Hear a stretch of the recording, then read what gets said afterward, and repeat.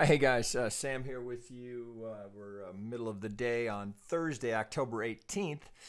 Oh, seemed like a good day to get an update on the Nasdaq as we're having some pretty substantial volatility. So this is the Nasdaq E-mini futures, and we're going to look at this and maybe look at a different way to consider trading this. Now, so this is a good example. That was part of the reason I wanted to use this. So this is the roadmap we've drawn up from the last video I did, which was 7 or 8 days ago on the Nasdaq, where we were suggesting that we had the possibility for a top to be in here.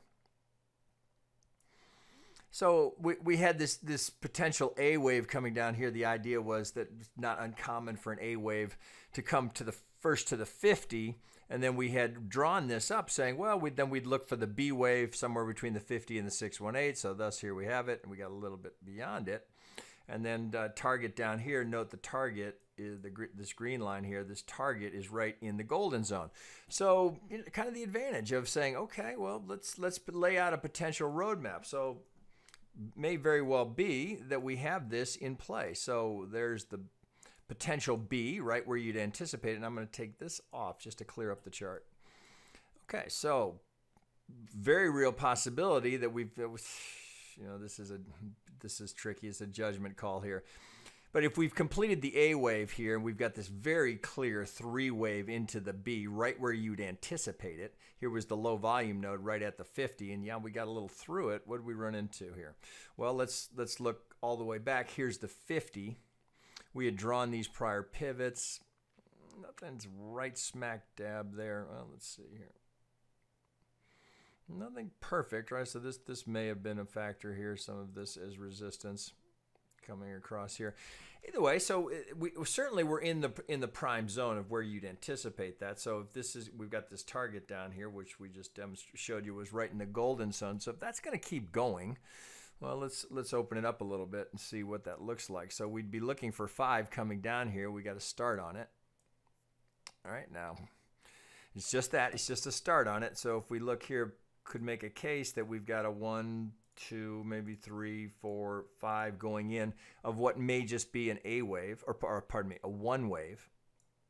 All right, if we're going to go all the way down here towards this C, well, we got to do it in 5. Unless we're going to get a big extension in the 3rd, we may well have started the retracement here to set up for the 4th, but that suggests to me that would likely just be the 1 wave. So we'd be looking for something like this. So if this is going to go 3, 4, 5, that would complete the 1.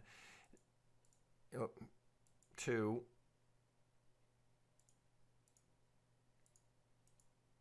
5, that would get us down there. So we'd have potentially 3. So let me straighten this out. It's a little hard to do this in this freestyle form. But again, the idea. So why go through this? Let's build a roadmap. What seems most probable? Well, first question here: what happens at the 1? All right, do we hold that? All right, so it's right at the 38. So let me take that off here. So this could be 1, 2, 3, 4, 5. So just placeholders over here. All right.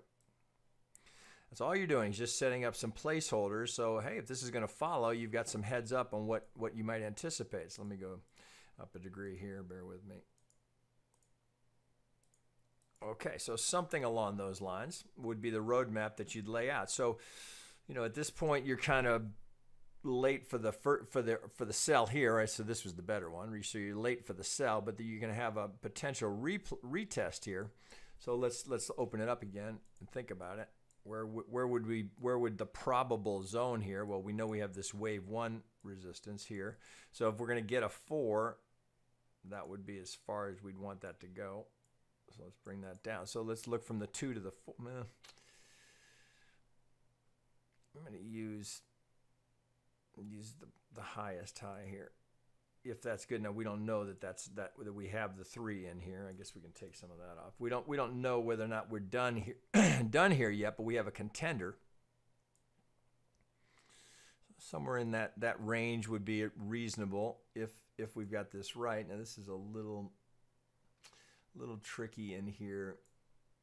Let's open that up a little bit more. Let's try the 30-minute. Not the prettiest looking 1 wave, but that is what we've got. So it may be that you've got this here. So this 1, 2, 3, 4, 5 of the 3. So pulling again here, if I use this, so somewhere in this range here, where you, so look here, we get another low volume node over here. So this is kind of interesting.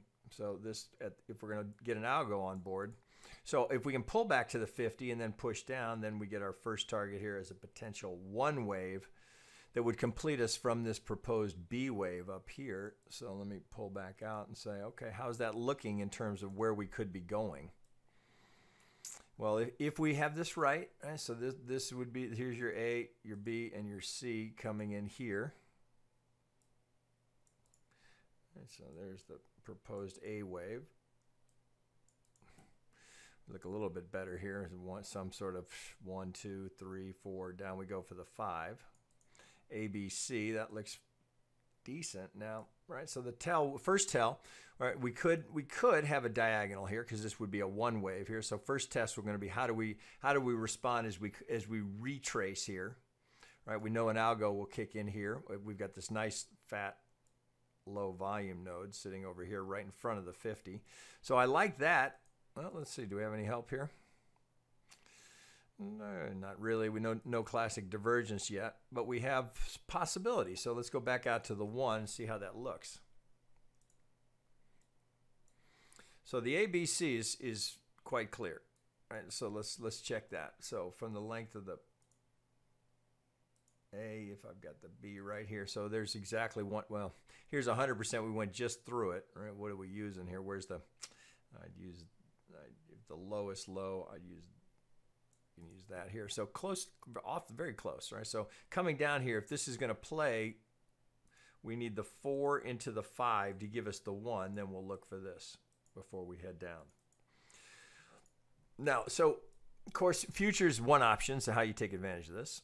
The other is if you have an equity account, you can use, I remember asking about this earlier in the day, which is the SQQQ. So if you're not familiar with this is doing, essentially it's the opposite of what the QQQ is doing. So this is the pro short, and if you can always look it up. So this, you can go to pro shares, and if you want to read about what this ETF is doing, it's just another way to get exposure if you want to hedge and you think the Nasdaq is going down.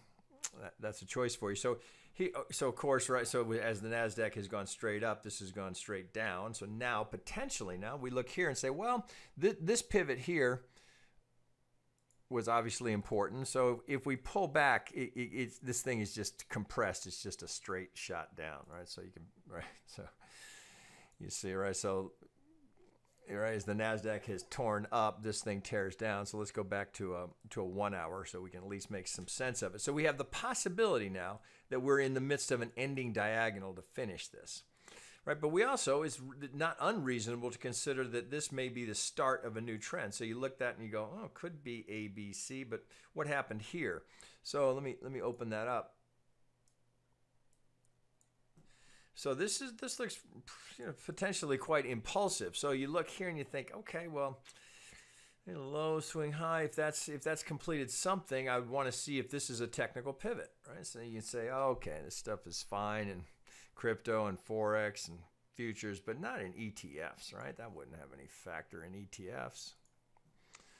And what do we do? Right to the golden zone, right? So as I will just consistently remind you guys, it does not matter what the underlying asset is. This, if nothing else, this algorithm is in every, it's always there, right? So, right, remember, it's not the 618, it goes through the 618, look, right into the lips of the Vegas wave, literally splits it.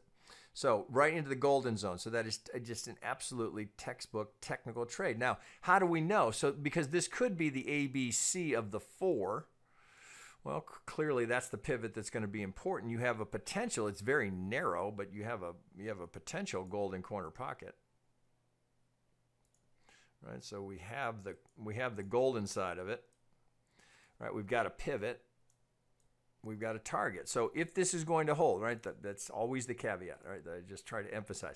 If this low holds, 80% odds of making the median line. Now, could make it tomorrow. We just don't know. It's just, but you have this leading this leading component. So you consider a median line a leading indicator. So you have a potential framing of the market. If we're going to go up and get that, that still potentially could just put the, God, I hate that with trading view. You could get the 4 up here. Possible, right? So if we pull back out, that would be a hell of a 4. But look at the 2, right? So if we look at that, so this is often a good thing to look for. How does the 2 relate to the 4? If we come back here, well, here would be 100% of it. Here's 618, which is pretty close to what we've done so far. So we could come up and get that median line, get that algo target, and if the correction is just a false bear trap, and we're going to start to skyrocket back up, then this low will break. If it's going to continue to go down, then this should make that target. So that you do have a potential trade here. If you are bearish of the Nasdaq, you'd be bullish of this ETF. So it's just another way to trade it. It's an option. I had a member interested in this who is coming from equity trading and asked about this as a way to take a short in the Nasdaq. So very viable. So let's go back here and finish up over here. There will be tells. So the first tell is, how do we respond in the 4? Do we finish in 5? Do we get a 4-5? Well, if we do, remember, right, there's always algos working on both sides of the market. So if we pull up here, all right, we're going to run into this 618. Now, do we get through? We'll see. We'll see what happens here. So right now, we've just had a pivot here as a potential third. If we're going to go 5 and break, that would be more bearish. So we would lose the buy side algo, right? Do you see that? So we'd be through the 65. So at least here in this of these swings coming down, we'd lose the buy side working off of this low to this high. Right? If we break that, right, that adds fuel to the bearish argument, because now we'd lose so we would have a sell side algo here on the potential 2, but we'd lose the buy side, right? So we always want to have an algo behind us if we can. Or said differently, we want to get behind them. So if we lose one here, it adds credibility to the idea that we're just in a 1 wave. 2 is yet to come. So you'd have the sell side algo here. Let's clear this up here. I know that's hard to see. So you'd have the sell side here. Here would be your, right, as I often show you, the negative 100 will be very close to the negative 618. So this would be a true, potentially now you'd have, if we're going to go down here, right, we don't know that we are, right, you'd have potentially a golden corner pocket setting up. So again, just like as when we first brought the chart up, it's good to have these roadmaps laid out, and then you can check back and say, well, how am I doing relative to that roadmap? So something like that would be just, there's textbook. So why not leave it as textbook? See how close you come to it, right? We came pretty close on the last one in terms of where we're going to run into this. So is this ABC? Well, it certainly looks like it so far here, right? So if you were thinking, okay, well, maybe this is just a little sell-off for whatever reason, could this be a 1, 2, 3, 4? Well, it could be, right? We invalidate here if we take out the, I suppose, even this, if we take out this low, so that would invalidate. So then you would no longer have the possibility for this to be 1, 2, 3, 4s. We couldn't have it take out the 2 low. So this will be an interesting area if we come back down here. How do we respond there? Where's the pivot? And again, I'm just hypothetical here drawing this. I don't have the pivot yet. Once I do have the pivot, we don't know where it is, but once I get the pivot, then that gives me the next setup here. So remember, the question is, what the algos do last? If they've broken here, I don't have a buy side algo I have to worry about. I'm now just looking for the sell side, right? You don't like selling the Nasdaq? Well, there you go. Then you got the SQQQ as your alternate, right? Remember, you can always, it's a very, very commonly traded ETF. So there's plenty of information if you're not familiar with it. But here we go, right here, potentially. Now, so there's your roadmap. A, B, we know we've got potentially a big fat C way down below. Well, let's just think where that could be going. So if this is right, and this is an A, and this is a B, common target would be, so these would be very probable. 100%, so we'd be looking for parity. So if that's going to go 3, 4, 5, all right, so there would be textbook. So why not leave it up? All right, if you're not in this just yet at the moment, first question is, what happens at the 4? Do we get a 4-5? Right, that we'd break the 65. Now this sets up this beautifully. So you'd have potentially the golden corner pocket coming down to give you that third wave. Could go deeper, right? Could go right through it. Right, if we're really gonna get weak, but you'd be looking for a reaction here. If we're gonna go all the way down here, all right, now we're starting to put together a different kind of roadmap, which suggests much lower prices. All right, so I would always keep that framing right now. So we don't have this framing yet. We have to get this pivot, right? And then we have to get this pivot, right? So it's all just part of a setup, because on the larger degree, so if I take that off, so I'd have a couple of different degrees. We certainly can consider this. All right, so if we're going to keep going, right, this would be ideal. Maybe the ones down here, we don't know, right? I know I have an algo target here, and I have yet to retrace into that 50 yet to set that up. So all just potential. Now, if this holds, take note here. We have another, it's not golden, but we have another corner pocket, right? We're between the 50 and the 618. Right, where does this come into play? Certainly could come right here. Nothing wrong with that. All right, so interesting. So I'd be cautious on the buy side here. We haven't broken this algo yet, so you do still have that in play. So I don't know if you can even see that. All right, so we've just come just shy of the 618. I know that's hard to see with we got a lot of shit on here.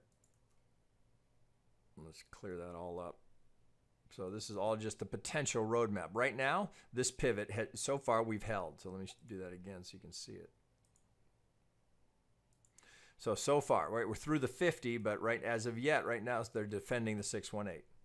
Does it hold? Well, that'll be it. That will also be the big tell, right? We want to get, if we want looking for the short side, we want to get through that 65. Now there'll be 50s down below from deeper swings, right? Of course.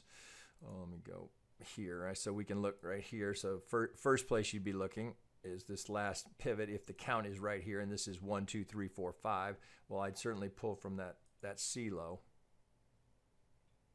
Let's get it right on there. So golden zone, right? Remember that target was, this larger target was right on top of the golden zone. So a lot of things at play here. This is a nervous market. All right, so you can kind of talk yourself into, okay, well, rates are going up. The Fed's confirming that. You know, if we go much higher, that's going to start to impact stocks. We've got, you know, so far earnings are a little shaky. You know, so thus why the sell-off? You know, right? A technician, your first assumption is everything known, everything that can be known, all the fundamentals that can be known at any moment in time are reflected in that price. Right, that's the technician's first assumption. Right, not to turn a blind eye to fundamentals. You have to have an awareness, but right there's your fundamental agreement on what the value of the Nasdaq futures. It's literally right where that price is being traded there. Right, it takes two parties to make a trade. So potentially now we have some interesting things happening here in the Nasdaq. Right, we've got a contender for a technical pivot here, given this price action. Right now, so if we come back down here and we complete this C, this is going to start to get more interesting. But for next target I'd be looking for is what happens down here at this 618. Right, we didn't quite get there here. So a lot of opportunity there, potentially now setting up if this is going to follow this roadmap. Let's pull this off. Right, so I'd pay attention there. Right, and again, there's different ways to trade this. I just showed you the ETF alternate, but there are other ways you can do a CFD. You could trade the futures. There's different ways you could trade this. So we'll keep an eye on it, but nothing else. There's kind of an update on how to construct a trade in the roadmap. Hopefully you're getting the hang of this. Okay, guys, I'll wrap it there.